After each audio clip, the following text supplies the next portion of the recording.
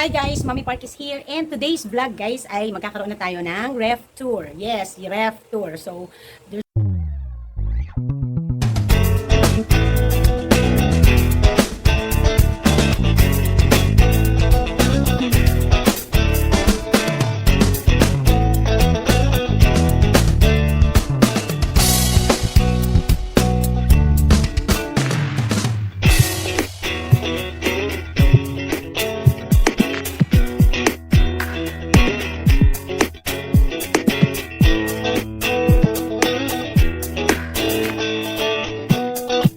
Ayan guys, punta muna tayo sa ating freezer or refrigerator sa ating tindahan. So this is Condura, the negosyo inverter. So alam niyo naman guys, sa mga nakaka-follow sa akin, na-avail ko siya with my Amex credit card.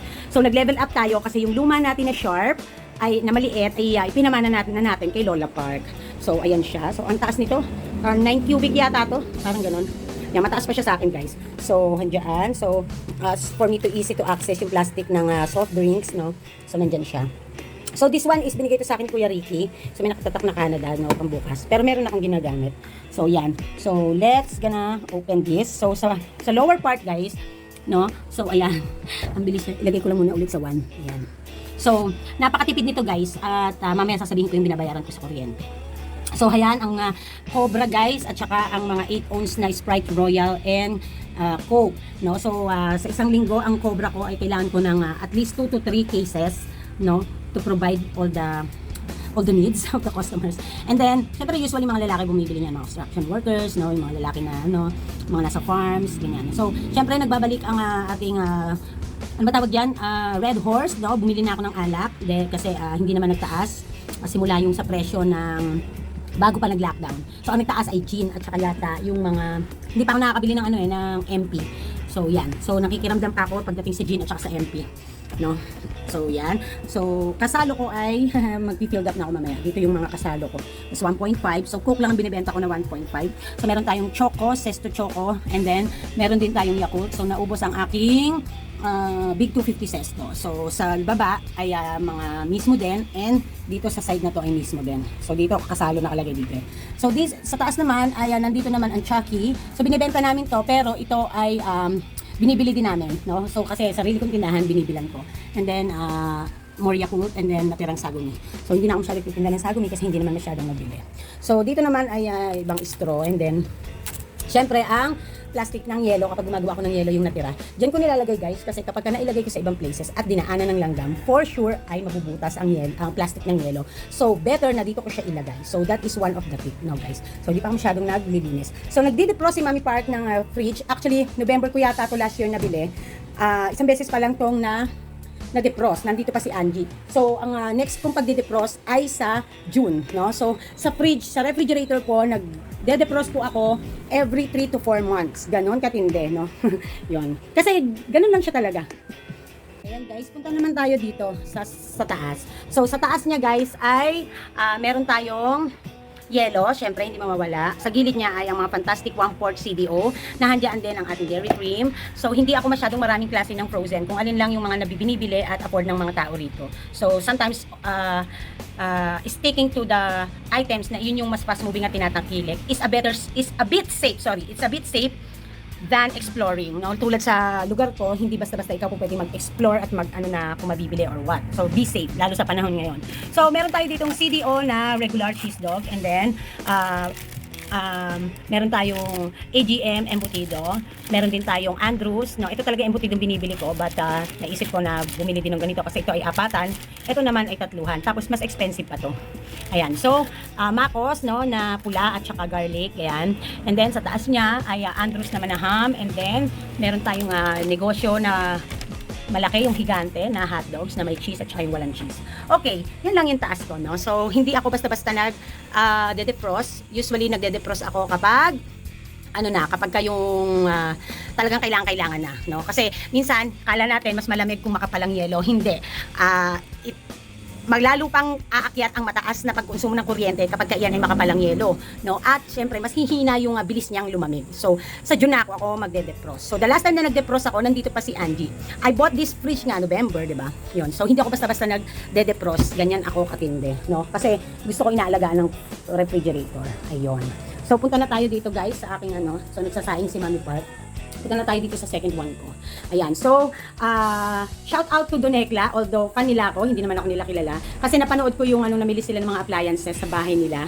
Diba, nagbukod na nga sila ni si Donita at saka si Tekla. So, Eurotek din ang fridge nila. So, this one is 2000, ano pa to? 2017 pa tong ref na to. Binili to ni ate. It's galing to kay Chrissy Mars Vlogs, no? Ilang months lang sa kanya, wala pang 8 months. Ibinenta na niya sa akin kasi mag-a-abroad na nga and hindi na nga magagamit. So, yun. Binenta niya sa akin kasi that was the time na ako ay mag-open up ng store. Binenta niya to sa akin. So, ang laki, mataas din yan. So, 2-door. Eurotek, napakatipid. So, alam ko, I'm not so sure if it's Pinoy made, no? Pero maganda siya talaga. For me, ang review ko dito sa Eurotek talaga ay maganda talaga tong ref na to. Napakatipid niya guys, hindi siya talaga maaksaya sa kuryente kahit ang laki-laki niya. So I'm so proud to Eurotek. Shout out Eurotek. Lumalabo talaga pagdating dito guys. Ano ko nga ganyan. O yan, sige, ganyan na lang natin guys kasi parang So ayan, so may mga konting dents lang. Syempre sa kalilipat at tagal, no? So anyways, ano na natin. Charan, wala masyadong laman. Bakit? Hindi nga kasi ako masyadong namimili na. Pero one of these days, this coming week, ay mamimili na ako. No? So, meron akong bonggang-bonggang masarap na langgunisang homemade yan. Binili ko yan sa isang meat shop dito sa Pandi. And then, cheddar cheese. I don't know if it's mozzarella or cheddar, whatsoever. Nilalagay ko yan kapag nag-scramble ako ng itlog and some other dishes that I cook kapag para sa mga bata. And then, meron pa akong natira na giniling. No? So, namimili lang ako ng meat at saka ng manok. Sa Walter lang ako namimili, no? Kasi talagang maganda ang cut, malinis, maganda yung quality. And then, yung nabili ko nung nakaraan nga, nung umalis kami ni Lola Park, na nabili ng frozen products, bumili ko ng, french fries, and then more of langunisak na masarap to. And then, syempre, yellow. And then this one, guys, ay from Tita Baby, na aling baby sari-sari store, na yung endorse ko na pizza nila, yung review natin na pizza and scramble. Gumagawa din sila ng Shanghai, napakasarap. Sa isang buwan, guys, kung laging gumagawa si Ate Baby, nakaka-7 yata kami na ganito. 130 ang isang ganito. So, grabe. With free sauce na yan. Ayan. So, ang sarap niyan, guys, kahit ang kapitbahay. Pag piniprito ko yan, hinahati ko yan sa gitna. Ayan. Naputol. Dito wala din ako masyado dahil di pa ako nakakapamili ng gulay. So, kamatis lang yung nandyan. So, if you come here, ito guys, ano to? Ano ba tawag dito guys? Popcorn. So, bumibili din ako ng microwavable popcorn. No, mas priority ko yun ngayon kasi nga hindi ako makapagluto. No? Gusto ko yung easy breezy lang. Ayan. So, I have here a lot of, what you call this? A lot of face mask, moisturizer, no? Ayan, meron pa pala akong tira bukod dun sa hananap ko kasi. Tapos, yung sa likod nito guys, regalo sa akin ni Beshi. Kasi alam ni Beshi na mahilig ako sa ganito. Ayan, ginagamit ko yan guys. So, yan, marami ako niyan ever since the world began. Charot.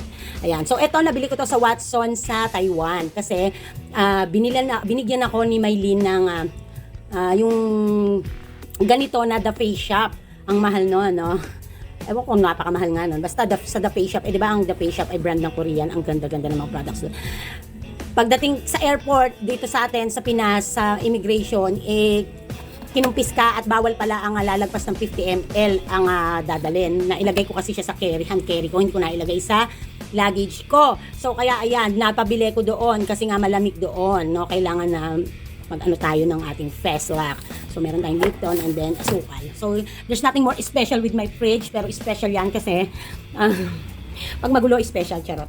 So, yan ang ating second fridge, ano? So, shout out talaga sa Eurotek. Ang ganda ng fridge na ito, talagang if ever man, no? Bakit hindi Eurotek Mami Park ang binili mo? Kasi walang Eurotek sa Walter, no? Kaya ang